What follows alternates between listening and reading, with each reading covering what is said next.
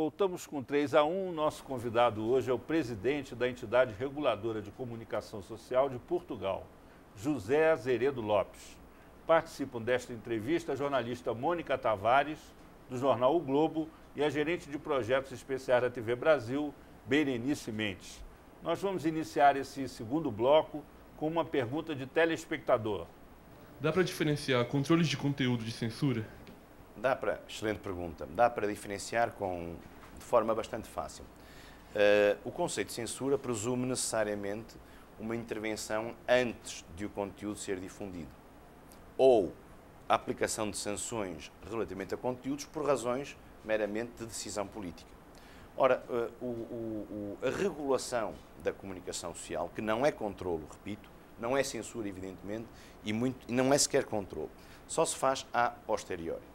E só poderia ser preocupante esta atuação, primeiro, se fosse uma competência arbitrária, isto é, que não estivesse estabelecida por lei, e em Portugal, como em qualquer país democrático, essas competências estão determinadas por lei, no nosso caso, pela lei de imprensa, pela lei da televisão, pelos estatutos do regulador, pelo estatuto do jornalista, e, em segundo lugar, se as sanções fossem desproporcionais.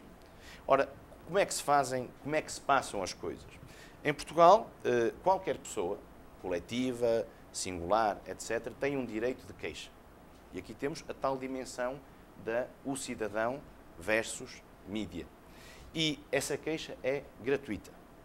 O que significa que, por vezes, temos queixas que, salvo o devido respeito, não fazem sentido, que são desabafos, mas até esse aspecto do desabafo, do poder queixar-se, é importante. Eu tenho uma curiosidade. Um dos produtos de maior audiência da televisão brasileira são as novelas.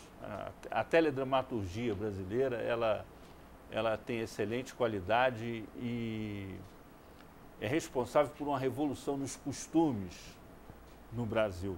E essas novelas também são exibidas, algumas delas em Portugal, parece que com muito sucesso, né? Como é que funciona a reação do público e o comportamento do órgão regulador em relação ao impacto que as novelas têm na sociedade portuguesa? Como disse muito bem, ocorre uma autêntica revolução social em Portugal depois da Revolução do 25 de Abril, do restabelecer da democracia em Portugal. E essa revolução social teve um importante contributo justamente das novelas brasileiras. Uma vez que, por exemplo, um dos principais operadores privados português tem relações privilegiadas neste caso, com a TV Globo. E ocorreu justamente uma mudança comportamental e social que se deve a essas novelas. Hoje em dia temos cada vez mais produção própria nacional e hoje muitas novelas são já de produção portuguesa. Mas já tivemos várias queixas sobre esses assuntos.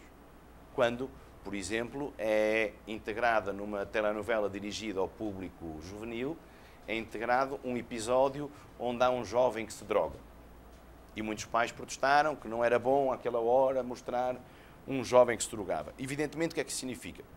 Significa fazer uma análise de conteúdo da mensagem, ver se ela está equilibrada ou não, e justamente quanto a uma dessas novelas, nós dissemos não houve uma legitimação da droga, não houve uma apresentação daquela pessoa de forma muito positiva que pudesse servir como, no fundo, emulação ou exemplo para os jovens, e todos sabemos como os jovens são mais permeáveis a este tipo de influências, desde a indumentária e da vestimenta até comportamentos sociais.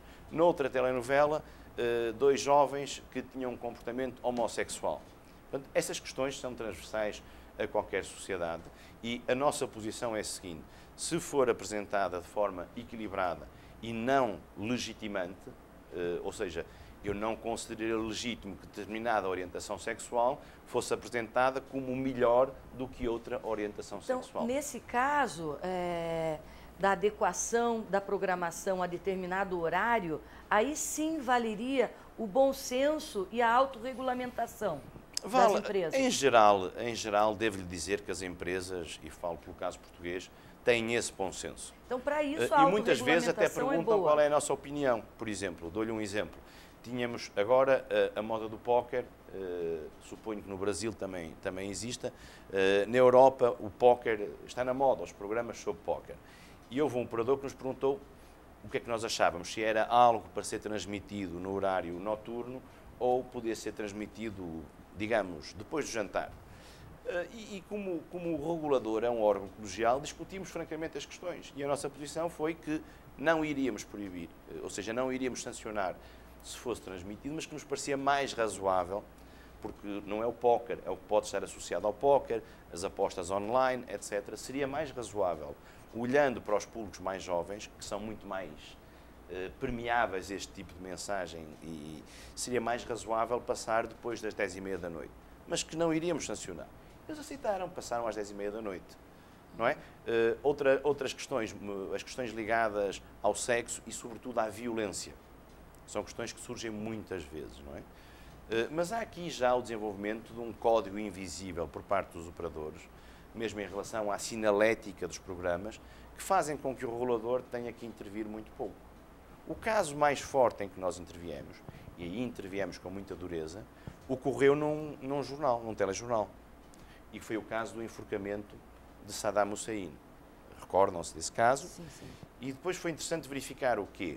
Um operador não mostrou praticamente nada. Outro mostrou só até o ato de dar a morte